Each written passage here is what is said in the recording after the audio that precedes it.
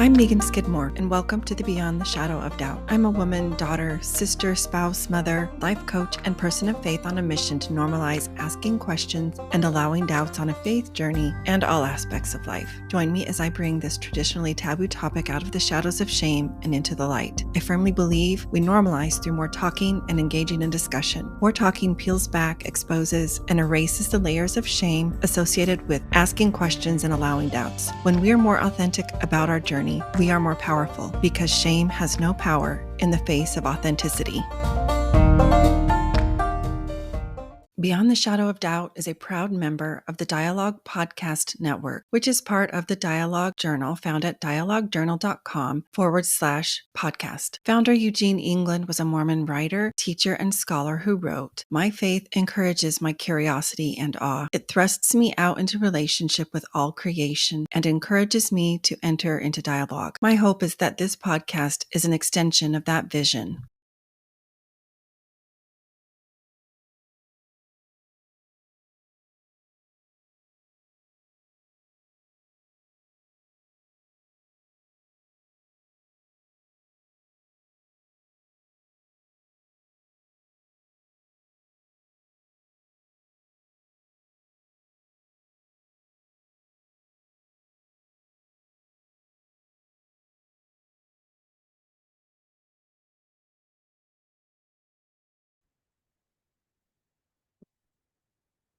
Hey everyone, welcome to today's episode. I wanted to share a concept with you I was recently introduced to. And to start that out, I wanted to share some writing by Clay Mathis that I found at nextlevelchurch.org. He's talking about this idea that we have a notion of what God thinks about things in life. Like he uses the example of a mortgage. He says, "I spend more on my mortgage most months than I do on food, savings, and even more than I give. It's the biggest chunk of our family budget. Therefore, my blood, sweat, and tears go into that thing every month, more than any other category of the budget. So I do wonder what he thinks about it." And Mr. Mathis goes on to say how I know that what I think he thinks about it has changed over the years, he meaning God. And he poses the examples of parenting. I'm sure that if you were to think about your concept of what parenting would mean when you were younger, that has evolved, that has changed. Or your concept of how much money you would need to make in order to um, to be set for life, for instance, or to provide for your family, or a lot of things along those lines. They have definitely changed. And so Clay Mathis goes on to say, so asking Jesus what he thinks about important things in life matters. And he continues, "I'm talking about getting to the question below the question, getting to the subterranean layers of my heart and to my core beliefs." I really liked the way he was exploring this idea. And actually, in his writing, he goes on to quote author Rob Bell. And here's what I really wanted to share with you today: how author Rob Bell gets to these questions below the questions through his metaphors of bricks and trampolines. He starts with this idea that we all have faith, even the atheist. Mr. Bell says, "This is not a discussion between people of faith and people who don't have faith. Both perspectives are faith perspectives built on systems of belief. The person who says we are here by chance, and that there's no greater meaning has just as many beliefs as the person who says there's a creator." So the real question isn't whether we have it or not, whether we have faith or belief or not, but what we have put it in. So then he goes on to this metaphor of the brick wall. He shares that for much of his life, his beliefs or belief system or core doctrines were, quote, like individual bricks that stack on top of each other. If you pull up one out, the whole wall starts to crumble. It appears quite strong and rigid. But if you begin to rethink or discuss even one brick, The whole thing is in danger. End quote. Of course, with time and experience and increased wisdom, his structure of this brick wall shifted to be more like a trampoline, with the springs likened to his core doctrines or belief system themselves. He says, quote, "When we jump, we begin to see the need for springs.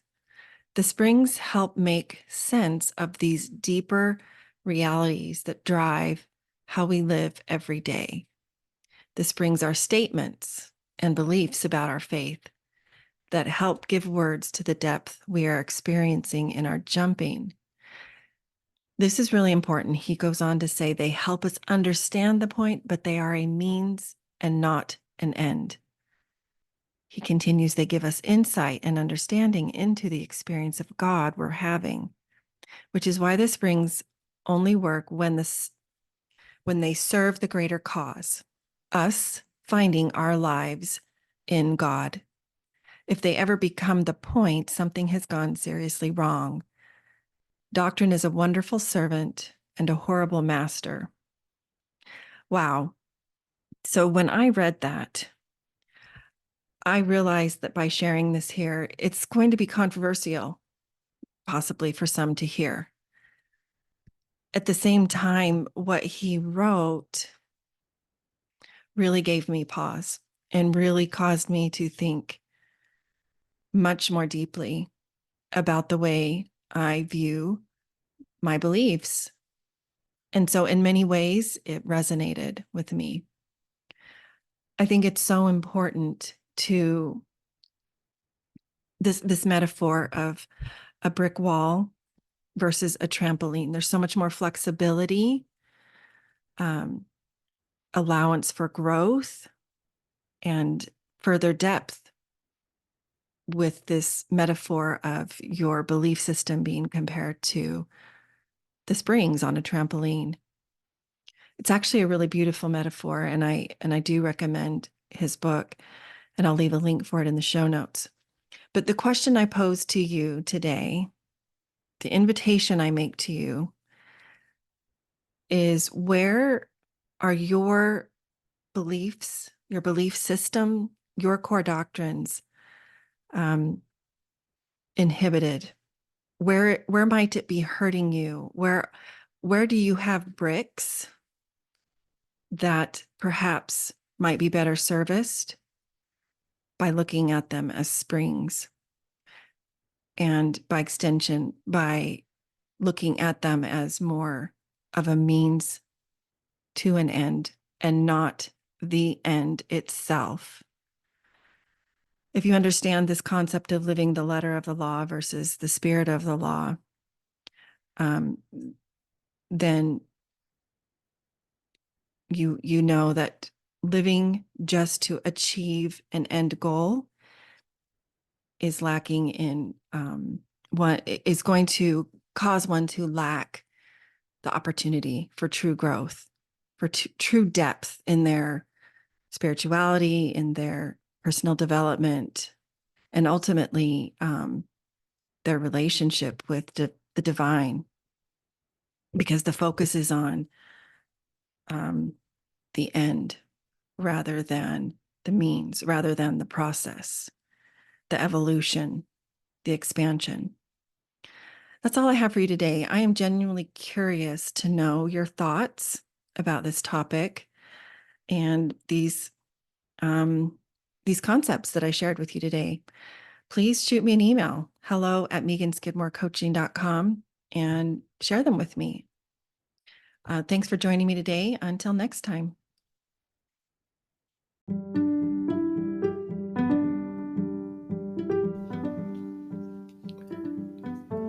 Come get coached or learn from watching others get coached. Starting January 2024, I am starting First Friday's free coaching. A faith journey brings a lot of emotions. I am creating a confidential group to bring all of not just the emotions and process them, but bring all the questions, vent frustrations, share fears, express doubts. Navigating a new and uncertain reality is hard enough. Let's remove the worry of judgment from others. In this group, I will help you help yourself so that you can be there for your child, family, loved ones, and for you too. Click the link in the show notes to sign up. You must complete the agreement and survey.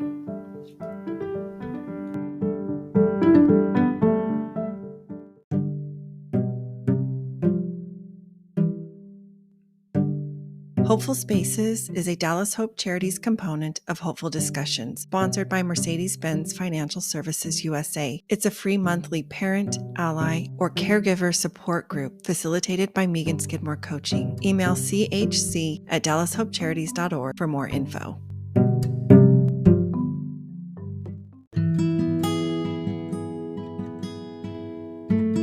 Visit meganskidmorecoaching.com to find this podcast and additional free resources, including the link for a complimentary coaching session. Follow me on Facebook or Instagram for more, or to send me a DM. Help the podcast grow. Please follow, review, and share with a friend.